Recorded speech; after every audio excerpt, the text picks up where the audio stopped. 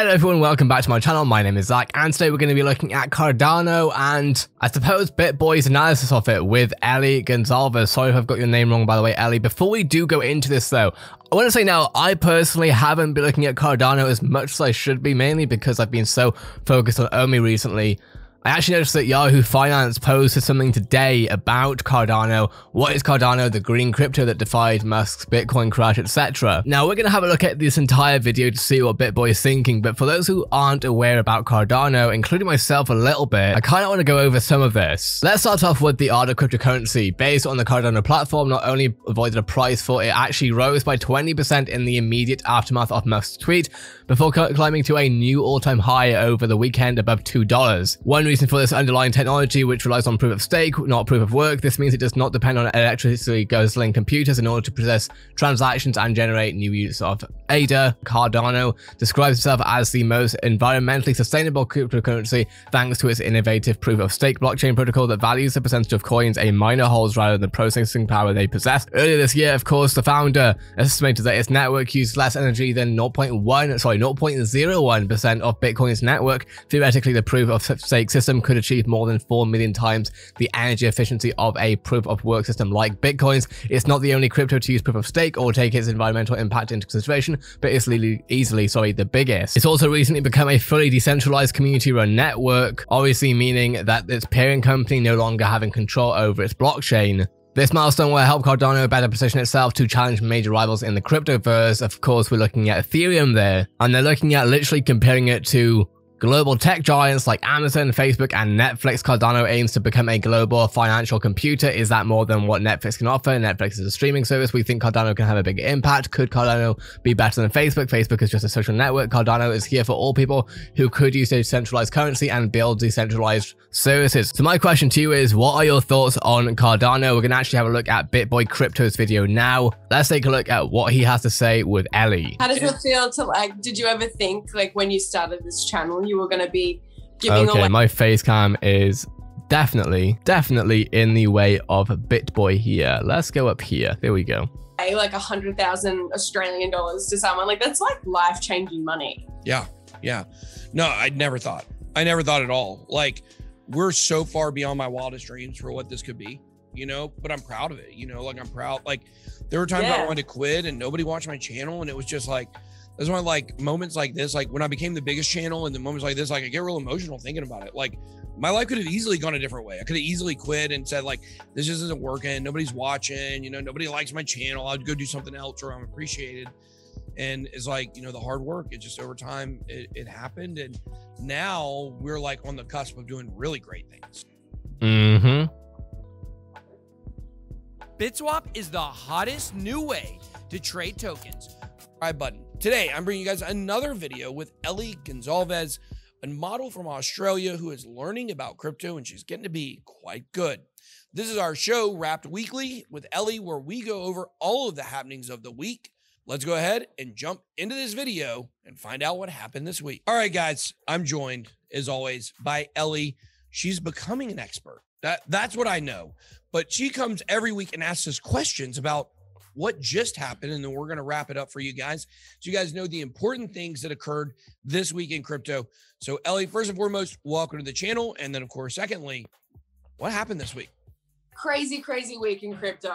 It was insane to watch what was going down. Yeah. And it's we're looking at the top 5 gainers of the week as we usually do. And I was looking on there, and Shiba came up, and I saw the percentage that it cracked. It was 826% on top 5 gainers this week. Firstly, we'll get to the other ones later, but what the heck is Shiba, and why did it make that massive gain this week? Yeah, so this is one of those that's kind of a head scratcher. It's how can a coin go from being in complete obscurity to in the top 20? I think it broke into the top 20. I think it hit number 18 or 17 at its peak. On CoinGecko is actually showing it at number 13, which was absolutely unreal to see that happen. We also had another project that debuted in the top 10 this week, which, we might talk about at some point. But the thing is is this just a meme coin? It's a Dogecoin fork, they say, but it's an ERC20 built on Ethereum. And they were saying that Shiba was getting so popular with trading that it actually started clogging the Ethereum network. And a lot of reason why the gas fees got so high again this week was because of Shiba. So basically the narrative is this: Dogecoin, it's nearing the end of its pump. Before Bitboy says his thing, for anyone who, like, whether you think you know something or you're not sure, whatever, what are your thoughts on Shiba? I'd love to hear your thoughts on Shiba itself. I'm not sure, but well, I know I'm trying not to get too annoyed at these things, but it just feels like a flipping meme. Everybody pile into Shiba, and so a lot of the money supposedly is flowing from Dogecoin to Shiba. But the only thing is, one of the reasons that Dogecoin pumped so hard and did, you know, it's one of the biggest gainers in the top 100 out of the last year, if not the biggest one, is that it had a lot of liquidity on like Robinhood. And it was the GameStop crowd and the Wall Street Bets crowd. And so what we're seeing is either one of two things with Shiba. Either we are seeing that Shiba's market cap has been faked, you know, and that it's not really being traded as much as people think it is. It's being wash traded. People are buying large amounts to make it look like there's a lot of volume, so more people will buy it. And of course, as most of these meme coins, the people and then people get pissed with ECOMI because, you know, surprise, surprise, it's not being artificially thrown into the moon. Like, who own the largest amounts, you know, they're the smallest percentage. They're the people that got in the very earliest. So the small few people that, you know, bought at the beginning, they stand the most to gain by these pumps. But the interesting thing is that the other possibility is that the Wall Street Bets crowd, the GameStop crowd, the Dogecoin crowd that came in from traditional markets, not from crypto really, that they actually are now advanced to the point where they know how to use Uniswap. You know, maybe this is real and they're all just going over to Uniswap. Maybe we no longer need the liquidity of Robinhood or some of those traditional ways of investing. So that could be something we're seeing. It's probably one of those two things. But ultimately, like we talked about with Dogecoin, like there's opportunity to make money, but what is it really doing? Shiba isn't really doing anything. It's not solving any problems. We had the big story when the price dropped. The Vitalik Buterin actually sold all of his Shiba. His Shiba was given to him for free from people in that community because they wanted to be able to say like, oh, look, Vitalik Buterin, the creator of Ethereum, owns it. And he sold all of his and he gave it to charity.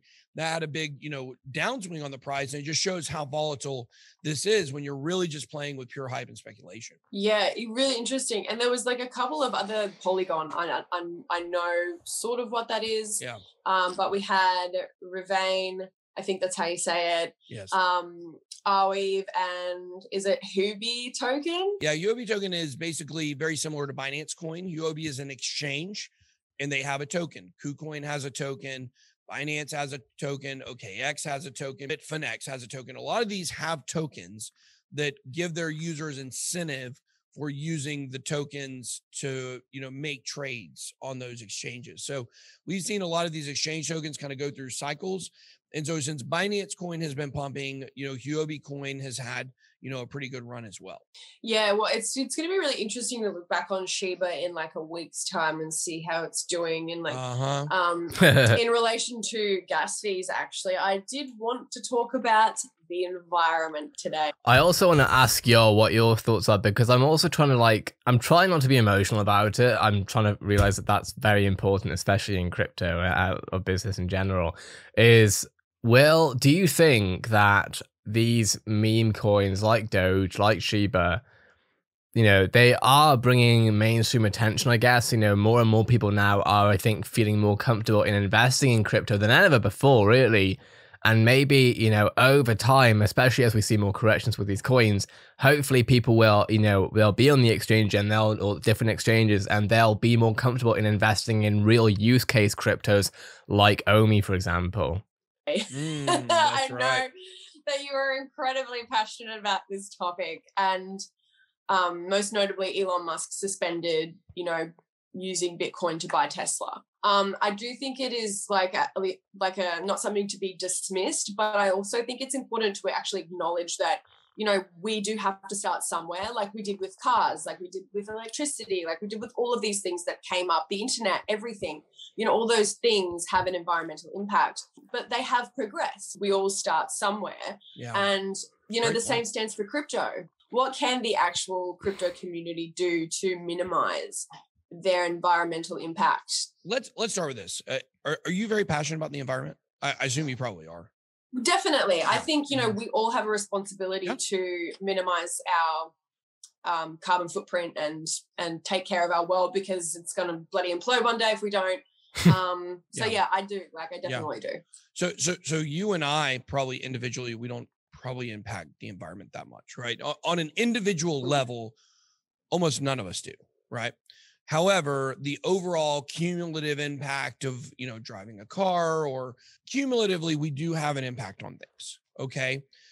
But who really has the biggest impact? It's corporations, you know, it's industries.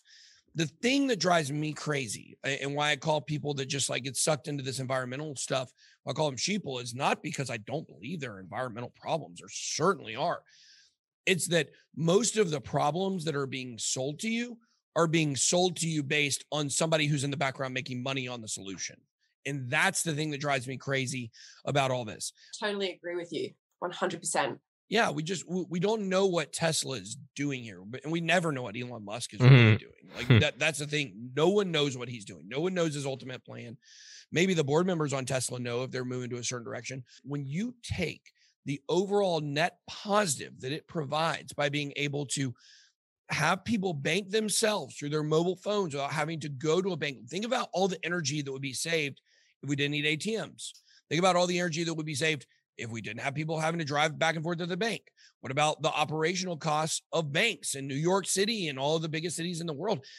And the printing of money, which we would no longer need. The quicker the technology is going to grow, and the less of environmental impact it's essentially going to have, really. Yeah, and plus it's decentralized, so you can't shut it down.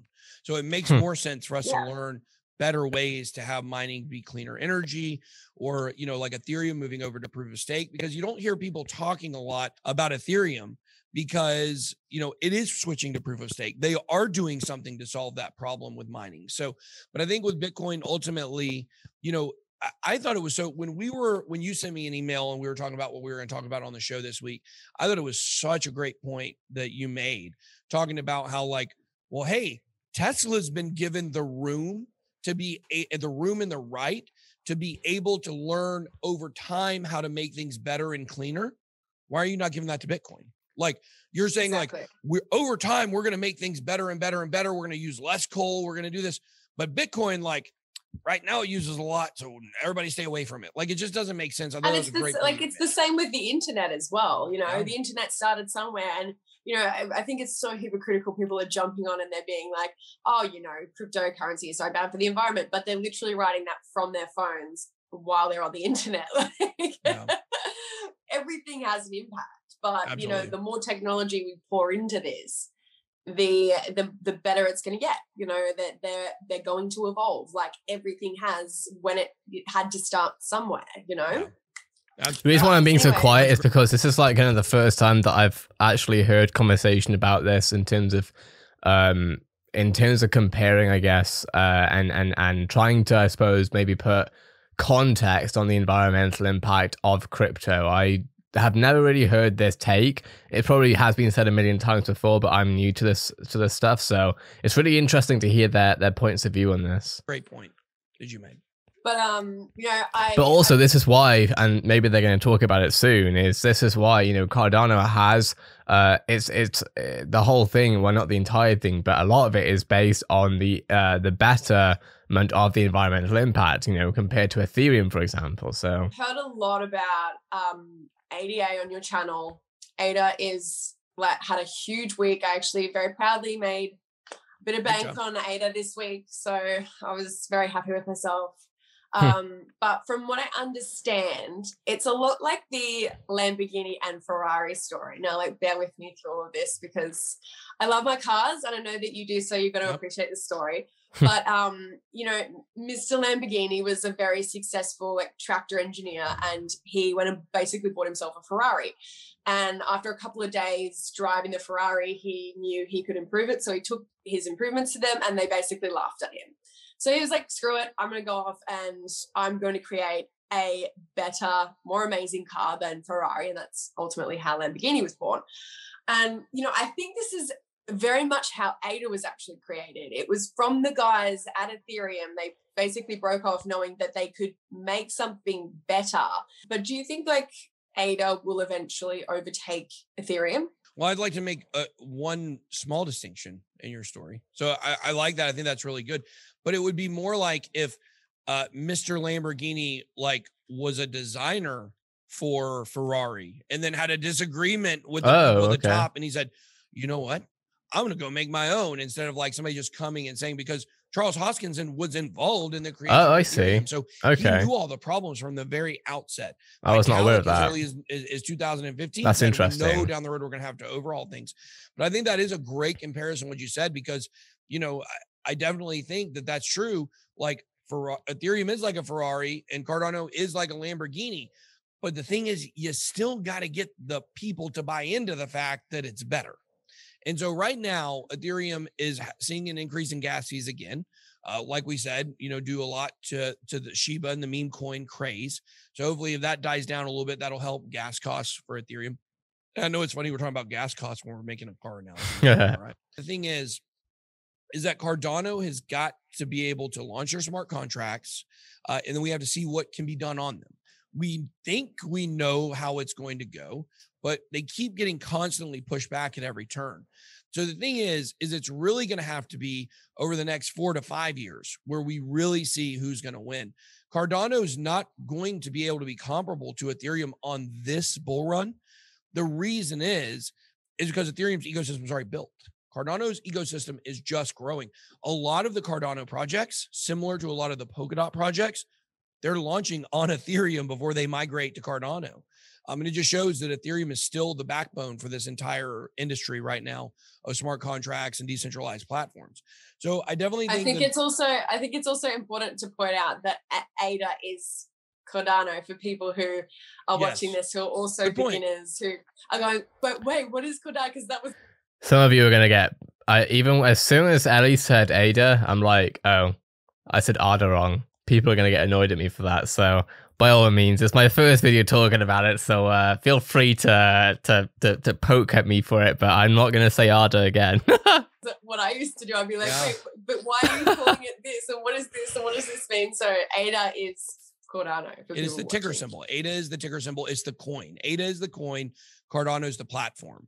But it gets a little more confusing because the name of the project is Cardano and then the ticker is ADA, but they serve different purposes. It's kind of one of those crypto nerdy things. Because like Ethereum obviously is ETH, right? But then it's a lot more obvious, I feel like, than ADA and Cardano, right? That's why I said ADA, is because Cardano.